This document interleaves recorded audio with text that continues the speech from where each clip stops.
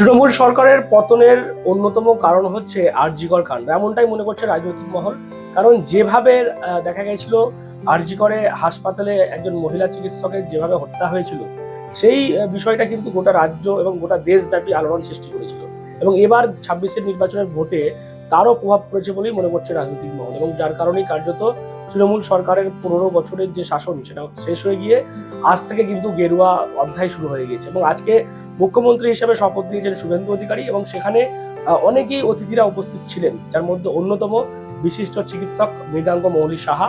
এই মুহূর্তে আমার সঙ্গে তিনি রয়েছেন। একেবারে আজকে যে দেখেছি আমরা যে অনুষ্ঠান, সেখানে শুভেন্দু বাবু যেমন গেরুয়া পোশাক পরেছিলেন, মৃগাঙ্ক বাবুকেও আজকে দেখতে পাচ্ছি গেরুয়া পোশাকে। কি বলবেন ডাক্তারবাবু, আজকে নতুন অধ্যায় শুরু হলো, নতুন সরকার, সেখানে আপনি আমন্ত্রিত আজকে মুখ্যমন্ত্রীর যে শপথ গ্রহণ অনুষ্ঠান সেখানে। একটা কথাই বলবো, সেটা হচ্ছে যে আজকে একটা নতুন সূর্য যেন উঠল। তো এই যে পাবলিক যে ভোট দিয়ে সরকার চেঞ্জ করেছে, এই পরিবর্তন হচ্ছে সত্যের পরিবর্তন, এই পরিবর্তন হচ্ছে সততার পরিবর্তন, এই পরিবর্তন হচ্ছে আগের যে সরকার অন্যায় অবিচার গুলো করেছে, যেভাবে সাধারণ মানুষের কাছ থেকে তোলা তুলেছে, যেভাবে সাধারণ মানুষকে তার অধিকার থেকে বঞ্চিত করেছে, তার পরিবর্তনের সূর্য উদয় হলো।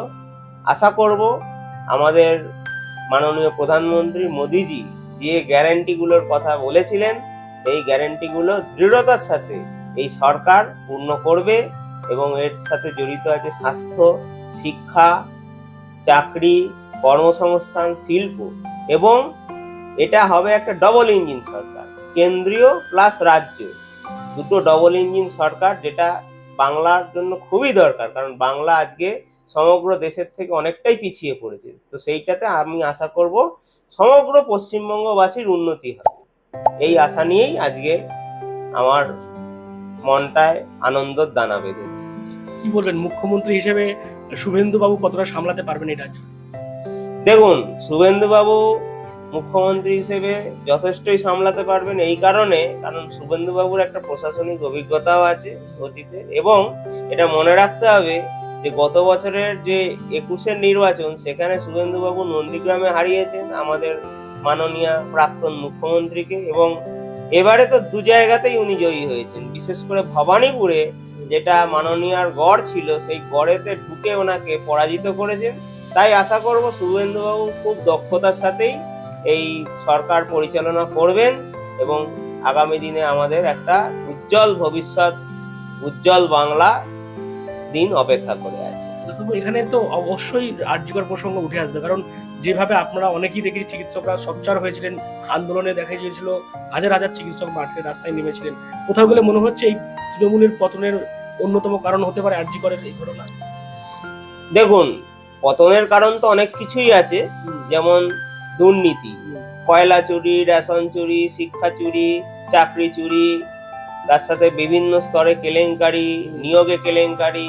তো তার ভেতরে একটা অন্য কারণ হচ্ছে নারী নির্যাতন, এবং এই নারী নির্যাতনের ভেতর যেটা সব থেকে সবার গাকে শিউরে দেয়, সেটা হচ্ছে আর.জি. কর। আর.জি. করে যে ডাক্তার মহিলা, যিনি ডাক্তার ছাত্রী পড়ুয়া ছিলেন, তিনি আমাদের ছাত্রী ছিলেন কল্যাণী মেডিকেল কলেজের, আমি চিনি ওনাকে। এবং সেই যে পড়ুয়া, যিনি আর.জি. করে পোস্ট গ্রাজুয়েশন ডিগ্রি করছিলেন, তিনি যেহেতু সিন্ডিকেট যে রাজ চলছিল তার কাছে মাথা নোয়াননি, তাই জন্য তাকে ধর্ষণ হয়ে খুন হতে হয়েছে। তো এই জিনিসটা একজন পড়তে গিয়ে যদি একটা সাধারণ ঘরের মহিলার তার এই পরিণতি হয় উচ্চশিক্ষা করতে গিয়ে, সেটা তো আমাদেরকে একদম সাড়া দিয়েই ছিল। শুধু তাই নয়, তার যে যিনি মারা গেছেন ধর্ষণ হয়ে, তার যাতে যত রকম প্রমাণ লোপাট করা যায় সেই কসুরটাও ছাড়েননি। জোর করে দেহ সৎকার, বাবা মার অনুমতি ছাড়াই দেহ সৎকার করে দেওয়া হয়েছে, এবং যথেচ্ছ পরিমাণে প্রমাণগুলো লোপাট করে দেওয়া হয়েছে, যাতে তার দোষীরা ধরা না পড়ে। তবে এবার ওনার মা কাকিমা জিতেছেন পানিহাটি থেকে। তো আশা করব সমস্ত ফাইল ওপেন হবে, তার জুডিশিয়াল কমিশন হবে, এবং যারা যারা দোষ করেছে, যারা যারা এর সাথে যুক্ত, সবাই উপযুক্ত শাস্তি পাবে। এই যে স্বাস্থ্য দুর্নীতির কারণেই কার্যত অভয়াকে চলে যেতে হলো এইভাবে, এইবারে কি স্বাস্থ্য দুর্নীতি রোখা যাবে? ডবল ইঞ্জিন সরকার, একদিকে কেন্দ্র সামলাচ্ছে বিজেপি, অন্যদিকে রাজ্য সামলাচ্ছে। দেখুন, দুর্নীতি এমন একটা জিনিস, এটা যেমন সরকারের দায়িত্ব, নাগরিক হিসেবে আমাদেরও দায়িত্ব। সবাইকে এগিয়ে আসতে হবে দুর্নীতি রুখতে গিয়ে। সরকারের একজন মন্ত্রী হয়তো চেয়ারে বসে থাকেন, তিনি কিন্তু একার পক্ষে তার সম্ভব নয়। যতজন সাধারণ মানুষ আমরা যারা নাগরিক আছি, আমাদের নাগরিক দায়িত্ব পালন করতে হবে। দুর্নীতি রুখতে গেলে শুধু স্বাস্থ্যক্ষেত্র বলেই নয়, যে কোনো ক্ষেত্র।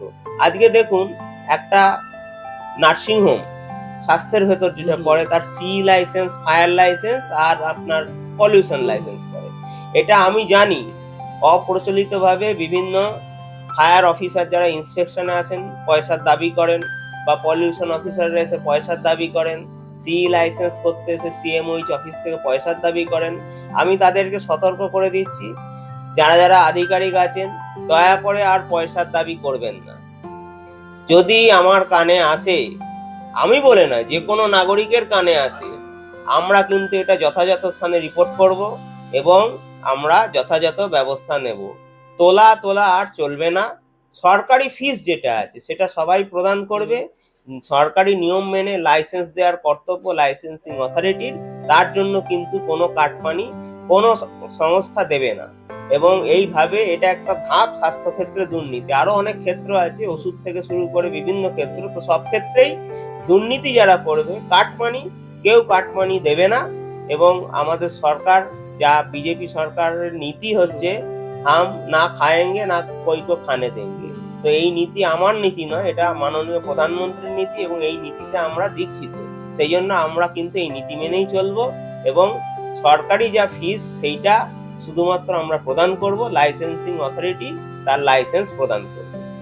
শেষ প্রশ্ন, দেখা যাচ্ছে সরকার গঠন হয়েছে এবং তার মধ্যে যেটা শোনা যাচ্ছে, প্রথম যে প্রকল্প আয়ুষ্মান ভারত, যেটা তৃণমূল সরকার আটকে রেখেছিল, সেটা প্রথম ক্যাবিনেট মিটিংয়ে সেটা পাশ হতে পারে। কতটা উপকৃত হবে মানুষ? আয়ুষ্মান ভারত খুব একটা দারুণ প্রকল্প, যেটা মোদিজির স্বপ্ন। এটাতে বিনামূল্যে যারা বয়োজ্যেষ্ঠ আছেন, প্রবীণ নাগরিকরা আনলিমিটেড প্যাকেজ পান। আর যারা বয়োজ্যেষ্ঠ নয়, মানে নন সিনিয়র সিটিজেন যারা, তারা প্রত্যেকে 5 লাখ টাকা করে কভারেজ পাবেন ইন্ডিভিজুয়াল বেসিসে। আগে যেমন যে প্রকল্প চলতো আমাদের পূর্বতন সরকারের আমলে, সেই প্রকল্পে সামগ্রিকভাবে 5 লাখ টাকা দেওয়া হতো। এটাতে পার পার্সন 5 লাখ টাকা করে দেওয়া হয়। এবং এটা কিন্তু এত সুন্দর প্রকল্প, এই প্রকল্পটা থেকে বঞ্চিত ছিল পশ্চিমবঙ্গ ও দিল্লি। দিল্লিতে গত বছর সরকার চেঞ্জের পরে দিল্লির মানুষ এর সুবিধা পাচ্ছেন। এবার যেহেতু সরকার বদল হয়েছে, আমরা পশ্চিমবঙ্গের মানুষও এই সুবিধা পাবো, এই আশাই রাখি। ধন্যবাদ। এতক্ষণ আমরা কথা বলছিলাম ডক্টর মৃগাঙ্ক মৌলী সাহার সঙ্গে। তিনি যেমনটা বলছেন, এই যে পরিবর্তন, সেটা কিন্তু প্রয়োজন ছিল, মানুষ স্থির করে নিয়েছিল।